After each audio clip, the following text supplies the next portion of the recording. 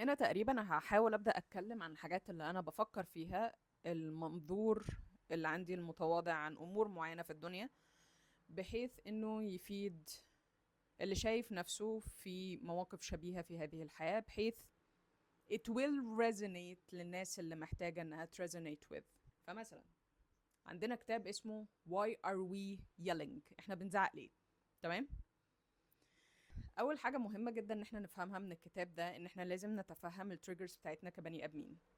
احنا بيحركنا محركات خارجيه بتؤثر علينا بشكل داخلي بشكل معين، والتأثرات دي بتخلينا نتصرف بشكل معين، سواء عجبنا سواء ملائم لنا للقيم الداخلية اللي عندنا والقناعات اللي عندنا أو لا. دي قصة أخرى. فلو في ردود أفعال احنا بنعملها بتضايقنا في المجمل العام، أول حاجة محتاجين نبدأ نلاحظها احنا انفعلنا ليه، ايه التريجرز بتاعتنا، ايه اللي خلانا نتصرف بالشكل ده، والشكل ده وجعنا بالشكل اللي وجعنا بيه ليه. تاني حاجة كنت بقولها زمان للمتدربات بتوعي وكانت دايما مفيدة ليا أنا شخصيا في الرحلة بتاعتي، ألا وهي إن إحنا لما بنيجي نتساءل أسئلة معينة خاصة بعالمنا الداخلي، إحنا بنتساءل الأسئلة دي من باب الفضول، مش من باب المحاسبة. انتي مش بتحاسبي نفسك، انتي بتزرعي جوه نفسك فضول وأسئلة اتجاه ذاتك عشان تتعرفي على نفسك بشكل أفضل، علشان تكني محبة لذاتك، عشان تعطفي على نفسك، عشان تبدأي تتحسني، علشان أي تطور احنا بنعمله كبني آدمين عمره ما هينبع من العقاب. انت محتاجة تنمي، أنا مش عارفة انتوا سامعين الزعيق ده ولا لا، بس تمام، انت محتاجة تنمي الفضول بداخلك عما بداخلك. تمام، حلوة دي، حلو، فكري فيها. وفي العلاقات، سواء صداقات، علاقاتنا مع الناس اللي تخصنا بأي شكل من الأشكال أيا كان مسماها إيه، إحنا محتاجين بدل ما نتصادم إن إحنا نتساءل، لأن في فرق شاسع ما بين التصادم والتساؤل، وفي فرق شاسع ما بين التساؤل من حيث الانتقام أو الجادجمنت، وإن إحنا بنتساءل من حيث إن إحنا نتفهم ونلاقي common ground نقدر نقف عليها. وده هيودينا ان احنا لما نيجي نتساءل سواء عما بداخلنا او الناس اللي حوالينا، ان احنا نعمل حاجه اسمها active listening، ان احنا لازم نصغي مش نستمع. لان في ناس حرفيا بتسأل السؤال علشان ترد مش عشان تسمع، او مش عشان تصغي، لان الاصغاء ده يعتبر نوع من انواع الفن، ان احنا بنسأل وبنركز في تفاصيل وش اللي بيتكلمنا، النبرة اللي بيتكلم بيها، ما يعنيه. واحيانا انا كشخص نيورو دايفرجنت بركز كمان فيما يعنيه النون فيربال كيوز، بس دي حاجة تانية خالص في وقت تاني ممكن نبقى نتكلم فيها لو حسيتوا ان عندكم فضول.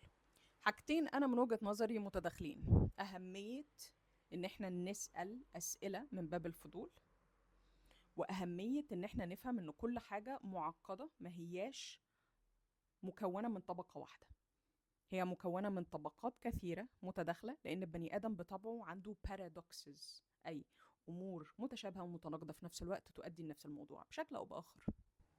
كل ده بنعمله ليه؟ كل ده بنعمله أعزائي علشان نتوصل ل the actual problem، علشان نتوصل لأي نوع من أنواع ال resolutions في حياتنا سواء مع الآخرين أو بداخلنا. لازم نتوصل لأعماق الحقائق ما بداخلنا، ما ناخدش الامور بمعناها السطحي، لان لو اخدنا الامور بمعناها السطحي هنفضل في المكان اللي احنا فيه او اسوأ، لان احنا ما سمحناش لنفسنا بشكل او باخر ان احنا نفهم ما حقيقة الامر، لان الحقيقة عادة مؤلمة، فالناس اسهل لها انها تهرب من الحقيقة عن انها تواجهها.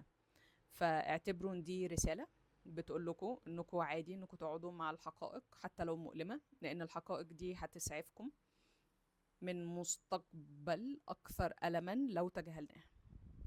وده يؤدينا النقطة الأخرى، إن إحنا لازم بشكل أو بآخر إن إحنا embrace the discomfort of living، لأن لو فكرنا فيها بشكل أو بآخر، الحقيقة من حقائق هذه الحياة هي الديسكمفورت، إن إحنا هنفضل بشكل أو بآخر متضايقين من الوضع A وبنحاول نوصل لوضع B. دايما دايما البني آدم بيسعى ل next best thing، ده معناه إن اللي هو فيه عمره ما هيكون the best thing، لأن هو دايما بيسعى للمزيد.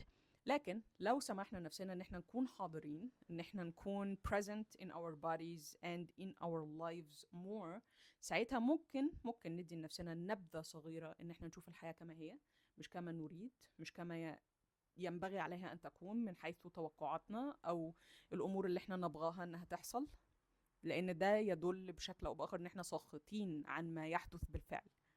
ومرة أخرى برضو لو هدخل كتاب تاني في الموضوع ألا وهو The Power of Now، الوقت الحقيقي الوحيد اللي ملموس في إيدينا كبني آدمين هو هذه اللحظة اللي أنا وإنتوا بنتشاركها دلوقتي.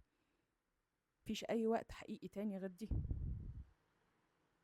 ونيجي لآخر حاجة مهمة من وجهة نظري عامة مش في الكتاب ده بس، ألا وهي The Power of Reflection. إن إحنا لازم نسمح لنفسنا بوقت ما في هذه الحياة إن إحنا نرفلكت، ننظر إيه اللي حصل. اللي حصل ده حصل ليه؟ هل عجبني ولا لأ؟ هل هو ده اللي أنا عايزه يحصل ولا لأ؟ هل أنا عندي طموحات أخرى؟ هل الطموحات الأخرى دي بتؤدي لفين؟ بحيث إني أقدر أبدأ أرسم خطة لتحقيق هذه الأهداف، لأن أنا مقتنعة قناعة تامة إن goals without an actionable plan are simply wishing. وإحنا ما بنعملش ده هنا. سلام.